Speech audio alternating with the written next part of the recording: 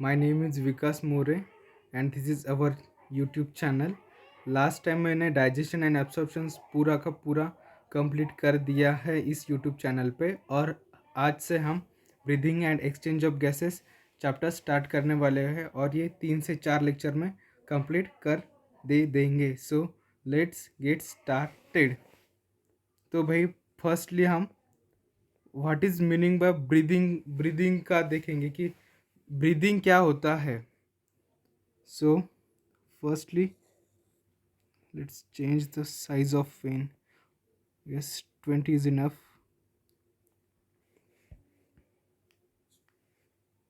Breathing. Breathing जो होता है ये in inhalation and exhalation of air का होता है. ऐसा नहीं, मतलब ऐसा नहीं कि breathing means only a oxygen. ये कौन सा भी गैस हो सकता है. तो inhalation and exhalation of air.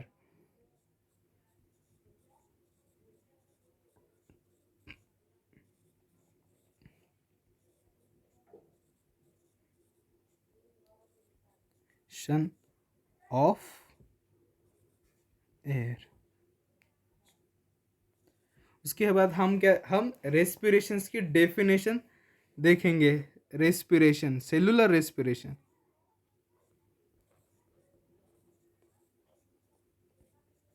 और cellular respiration.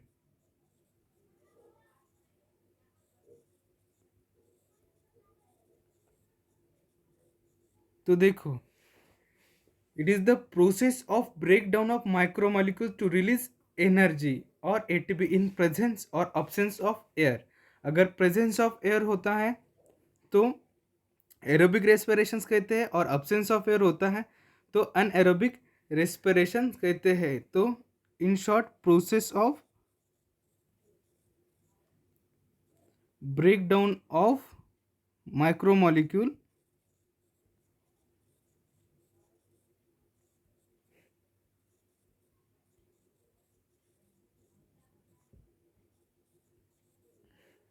to release energy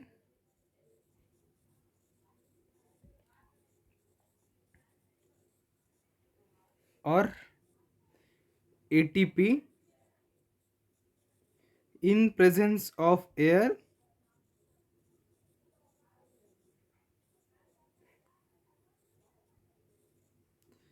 तो इसको हम रेस्पिरेशन कहते हैं. तो aerobic respiration,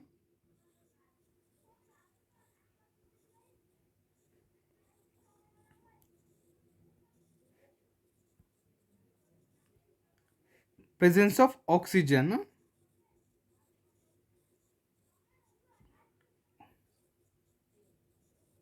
and anaerobic respiration में अब्सेंस ऑफ ऑक्सीजन होता है.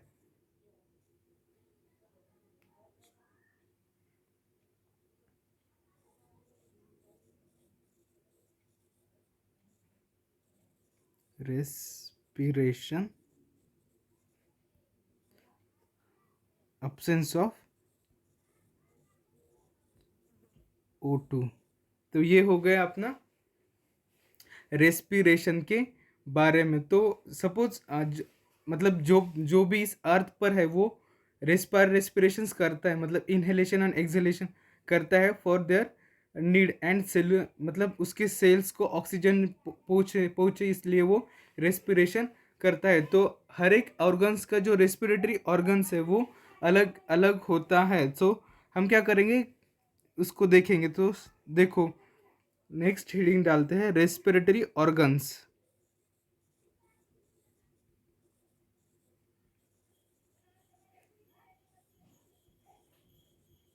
तो देखो, general body surface,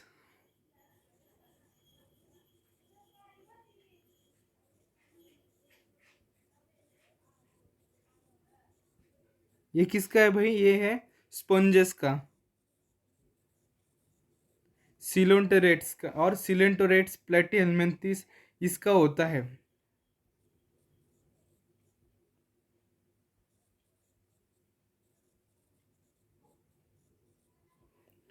प्लेटिहेलमिन्थेस।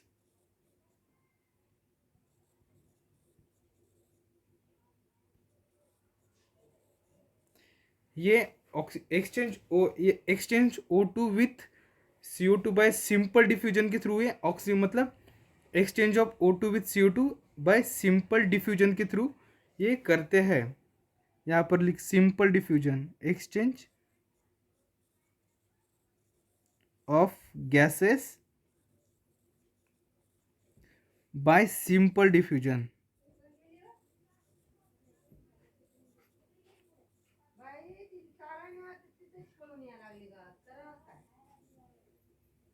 Simple diffusion ये हो गया एक। उसके बाद मॉइस्ट क्यूटिकल,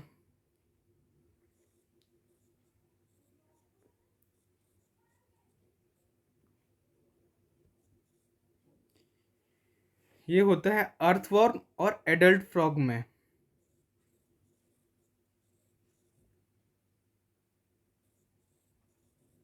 एंड फ्रॉग, पर ये वाली फ्रॉग जो रहती है वो एडल्ट फ्रॉग है, छोटी में नहीं है। उसके बाद ट्रेकियल ट्यूब्स,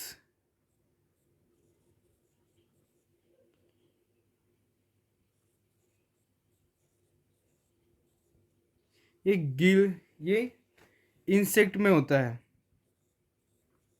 ये ट्रेकियल ट्यूब क्या होता है, नेटवर्क ऑफ ट्यूब होता है, और ये वो उससे रेस्पायर करता है। मतलब जो इंसेक्ट है वो उस पर, उसमें बहुत सारे ट्यूब्स होते हैं, वो नेटवर्क बनाकर उसका वो रेस्पायर करते हैं।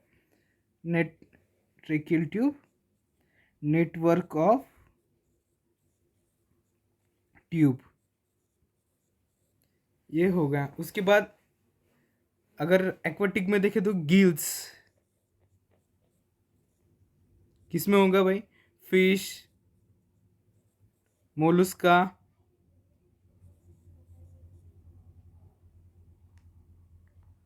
स्पेलिंग मिस्टेक है साला, एंड एक्वाटिक आर्थ्रोपोड्स।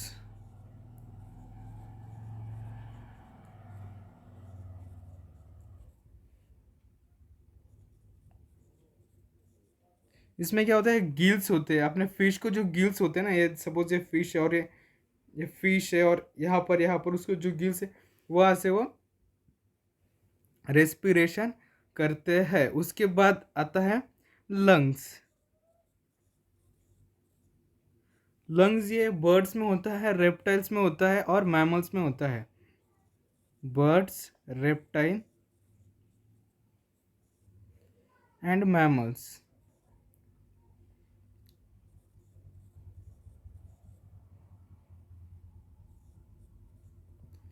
तो ये हो गया भैया हमारा रेस्पिरेटरी ऑर्गन्स और उसके ऑर्गेनिजम्स। तो इन शॉर्ट देखेंगे तो देखो, जनरल बॉडी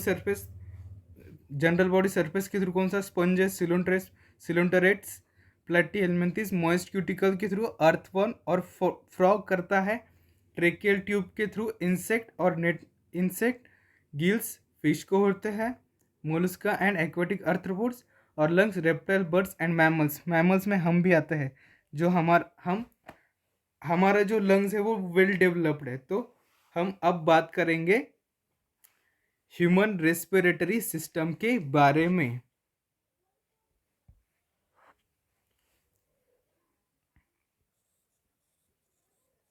ह्यूमन रेस्पिरेटरी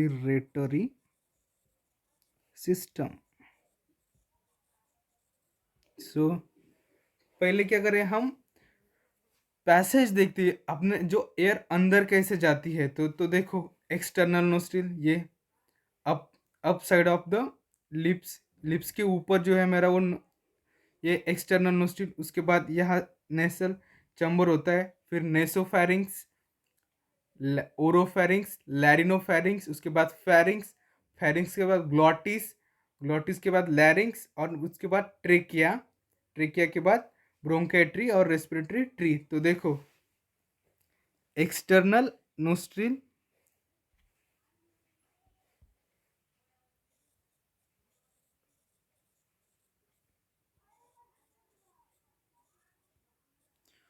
उसके बाद नेसल चैम्बर,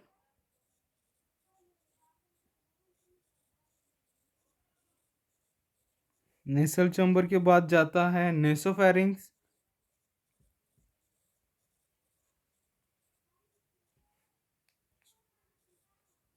नेसोफेरिंक्स के बाद हवा आती है फेरिंक्स में,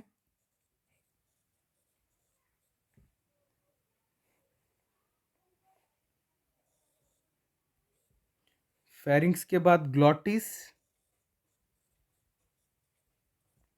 ग्लॉटिस के बाद लैरिंक्स, लैरिंक्स के बाद ट्रेकिया,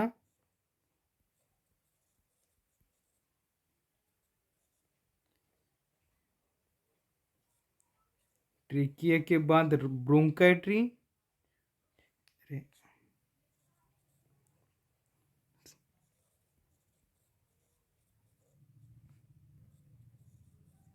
और ब्रोंकाइट्री के बाद रेस्पिरेटरी ट्री।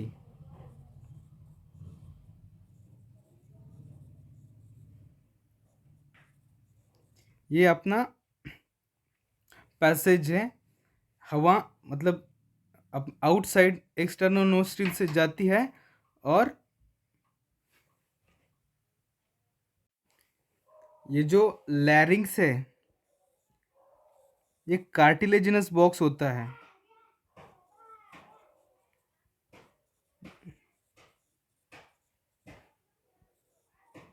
और ये हेल्प्स इन साउंड प्रोडक्शन के काम में आता है, इन साउंड प्रोडक्शन।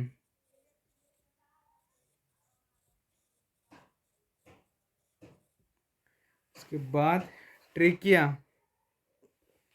देखो ट्रेकिया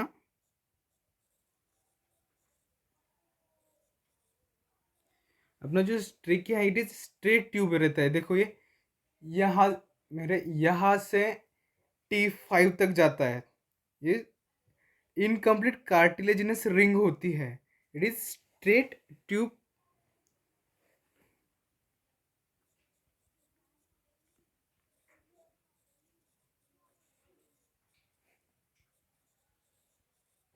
ये स्ट्रेट ट्यूब होती है, अबाउट 10 to 12 सेंटीमीटर लॉन्ग होती है,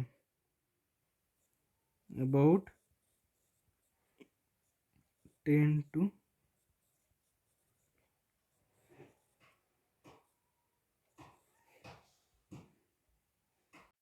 और ये जो ट्रेकिया है वो in made up of incomplete cartilaginous ring, cartilaginous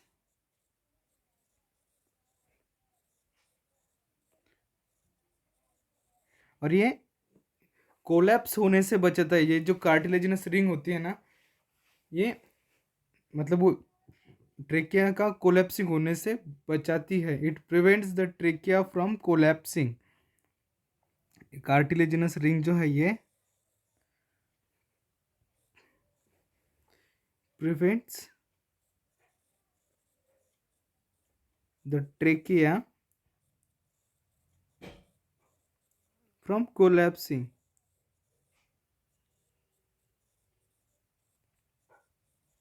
ये इनकम्प्लीट रिंग होती है, ये तो बता ही दिया, और मतलब ये इनकम्प्लीट सी शेप्ड होती है,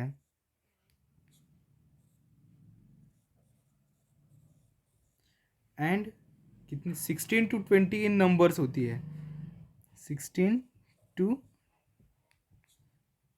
20 इन नंबर्स होती है, एंड ये जो अपना ट्रेकिया है वो डॉर्सल साइड पर होता है, and dorsal side position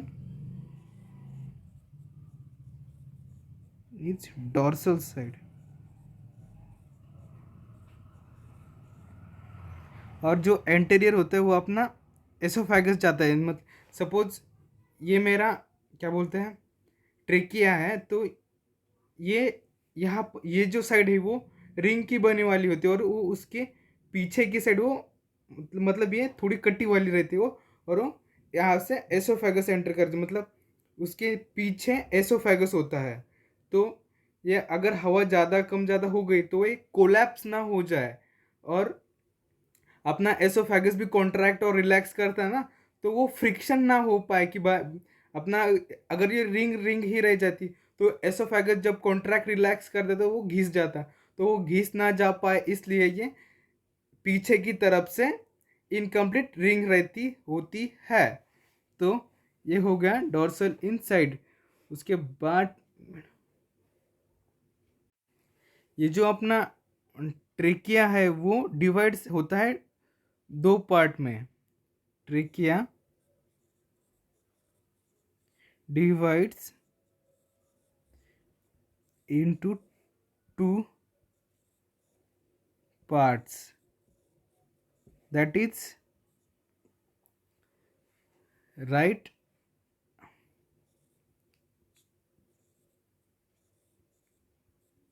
primary bronchi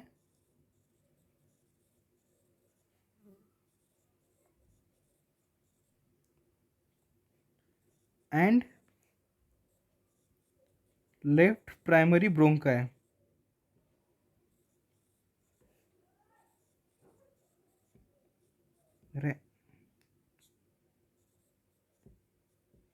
Bronchi, and it is again divided into the bronchioles, and it ends in the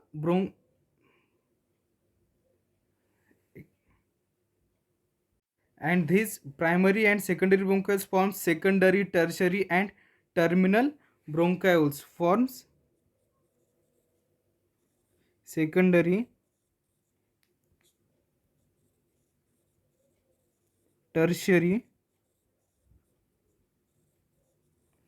and terminal bronchioles.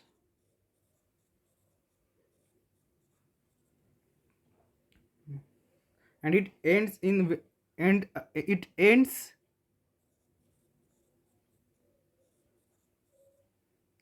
in very thin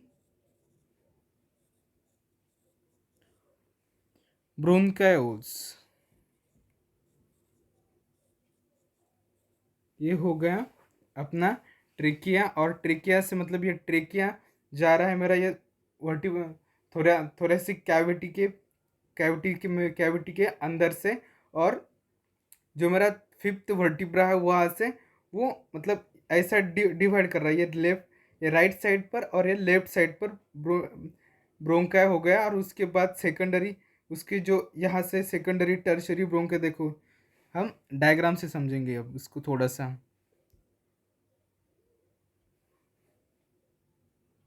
देखो ये मेरा ट्रेकिया है, अरे अरे भाई, यहाँ तक ये T5 पोजीशन पर वो ब्रेक डिवाइड हो गया दो पार्ट में, ये वाला लेफ्ट और ये वाला राइट। ये हो गया प्राइमरी ब्रोंकाई, ये सेकेंडरी, और इसके बाद ये टर्शरी, और ये टर्मिनल ब्रोंकाइल्स, और उसके बाद अल्वीवोलाई, और वो ये देखो ये है, ये गया, और उसके बाद ये आ गई अल्वीवोलाई। सेकेंडरी टर्शरी और टर्मिनल ब्रोंकाइल्स के बाद अल्वीवोलाई में एयर्स जाती है। T5 पोजीशंस पे वो डिवाइड होता है। ये मेरा रिब्स, और यहाँ पर एक प्लूरल फ्लूइड रहता है, जो अपना लंग्स है ना, वो मतलब इट इज प्रोटेक्टेड ना, वो बाद में डिस्कस करेंगे जब लंग्स का बताएंगे, तब फिर यहाँ पर आते हैं। तो हम अब स्टार्ट करेंगे लंग्स।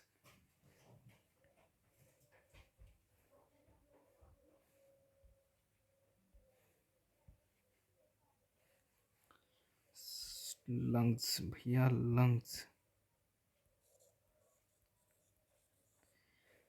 लंग्स जो है वो मीजोडर्मल इन ओरिजिन होता है।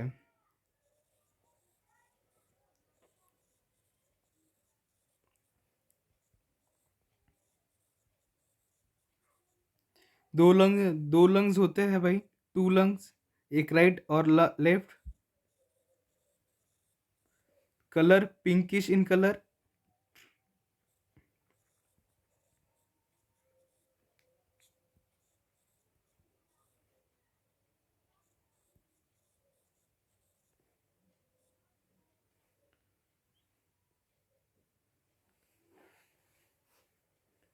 Found in thoracic cavity।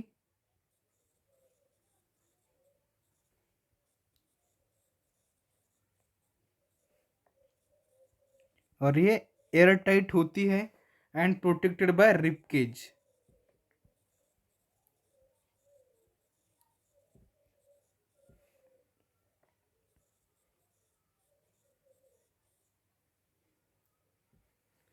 And ये जो and covered bye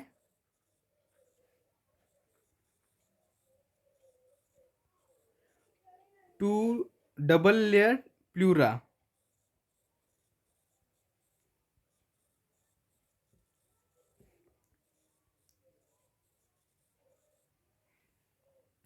outer pleural membrane is in close contact with the thoracic cavity and जो इनर वाला रहता है वो close contact with the lungs होता है। Outer pleural membrane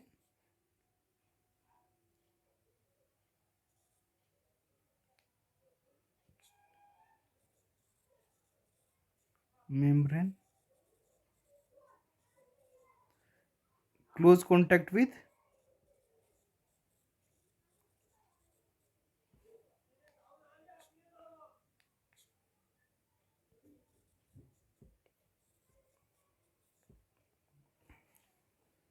thoracic cavity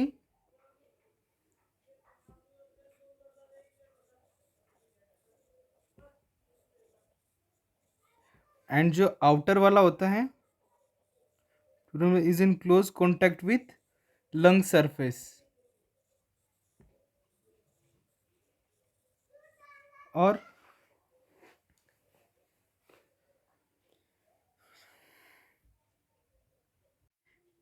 ये जो outer and inner pleural membrane है ना, वह उसमें एक फ्लूइड रहता है जिसको हम प्लूरल फ्लूइड कहते हैं।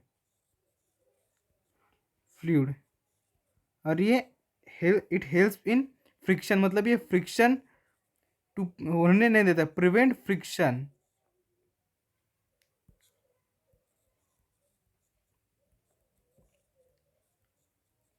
Of lungs.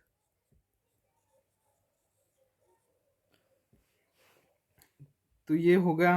ये जो डायग्राम दिखाई दे रही है, ये देखो, ये प्लूरल मेम्ब्रेन, ये, और ये उसमें प्लूरल फ्लूइड, ये अपना मतलब ये फ्रिक्शन फ्रिक्शन नहीं होने देता। अगर ये ना होता तो अपना जो लंग्स है वो मतलब इनर प्लूरल प्लूरल मेम्ब्रेन से घिस जाता और वो मतलब फ्रिक्शन हो जाता, तो वो ना हो जाए इसलिए ये होता है। और ये जो डायफ्राम है ये contraction and relaxation of lungs करता है, ये हम मैकेनिज्म में देखने वाले हैं। तो ये हो गया इसका लंग्स का भी। तो चलो अब एनाटॉमी ऑफ थोरेसिक चैम्बर देखते हैं। Anatomy of thoracic chamber.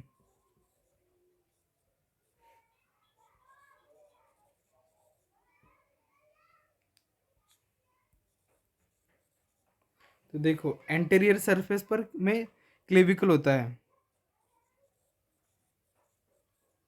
Surface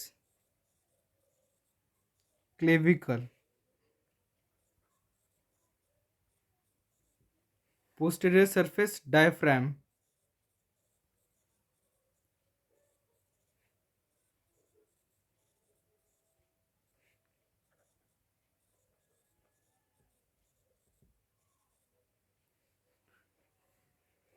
diaphragm जो होता है वो मस्कुलर सेप्टम होता है, it is muscular septum.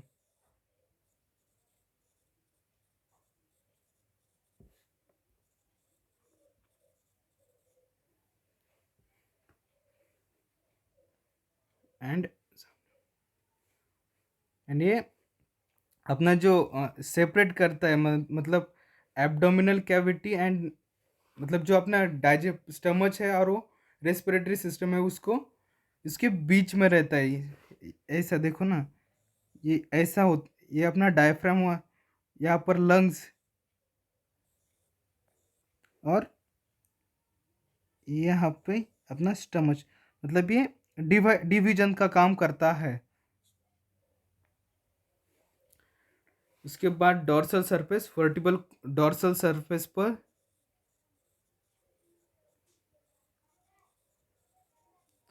Vertebral column and ribs,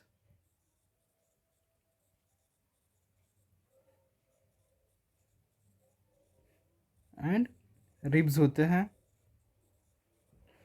उसके बाद ventral surface,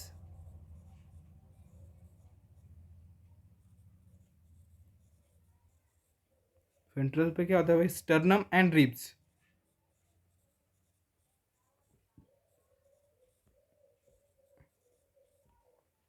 and lateral surface सिर्फ रिब्स होते हैं।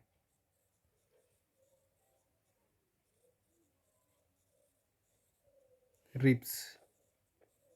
तो ये हो गया अपना एनाटॉमी ऑफ थोरेसिक चैम्बर। ये जो अपना थोरेसिक चैम्बर है, तो इसकी एनाटॉमी मत क्लेविकल, ये देखो यहाँ पर होती है। उसके बाद पोस्टीरियर डायफ्राम, मेरे ये नीचे डायफ्राम है।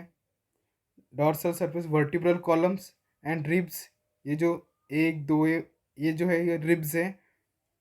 वेंट्रल पर sternum and ribs, and lateral surface पे भी रिब्स होती है। उसके बाद respiration involves the following step. Respiration में कौन सी स्टेप्स है वो डिस्कस करते हैं, तो वन बाय वन देखते हैं। Steps of respiration. Steps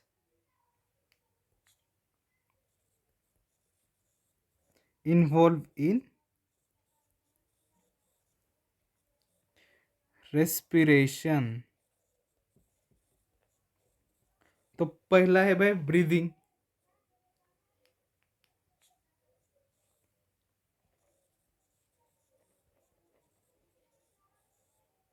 breathing क्या है, atmospheric air is drawn in and CO2 alveolar air is release out. ये क्या करता है, इन एंड आउट। शॉर्टकट में लिखता है, atmospheric air is drawn inside and atmospheric air alveolar air release out.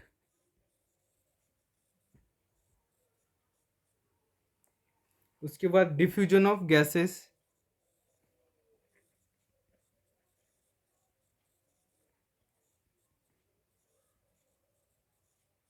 Gas diffuse करते हुए across alveolar membrane.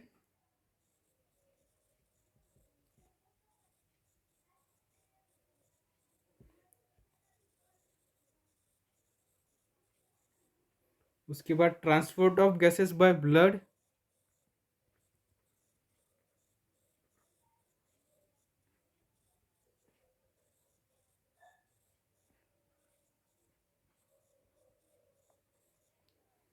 Diffusion of gases by tissue.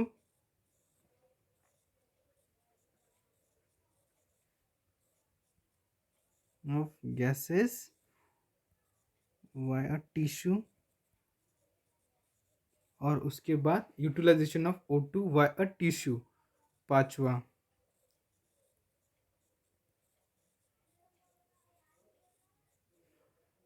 O2 via tissue, ये हो गया। ये इतने स्टेप्स अपने रेस्पिरेशन में इन्वॉल्व होते हैं। देखो ब्रीदिंग, एटमोस्फेरिक, देखो एटमोस्फेरिक मैंने इनहेल लिया, छोड़ दिया, alveolar air is release out. Diffusion of gases across alveolar membrane, जो मैकेनिज्म ऑफ ब्रीदिंग में हम देखने वाले हैं। Transport of gases by blood, ये भी हम ट्रांसपोर्ट जब चालू स्टार्ट होगा तब देखेंगे, मतलब नेक्स्ट लेक्चर में देखने वाले हैं। और diffusion of gases bye a tissue, जो अपना मतलब जो ऑक्सीजन टिश्यू के पास कैसा जाता है और वो यूटिलाइज कैसा होता है टिश्यू, और वो रिलीज कैसे होता है, ये हम मैकेनिज्म ऑफ ब्रीदिंग में मतलब नेक्स्ट चैप्टर नेक्स्ट लेक्चर में देखने वाले हैं. So thank you so much for watching and you can follow me on Instagram by the name of VR777. VR _777 ये मेरा इंस्टाग्राम आईडी है और यहाँ पर मैं एक्टिव भी रहता हूँ. और आपको कुछ सुझाव हो तो वो भी बताइएगा और कुछ सजेशंस हो वो भी बता दीजिएगा. अगर कुछ नोट्स वगैरह भी चाहिए तो भी मुझे मैसेज कर सकते हो, मैं आपको सेंड कर दे सकता हूँ. Thank you so much again for watching my videos and subscribe to the channel. Bye bye. Have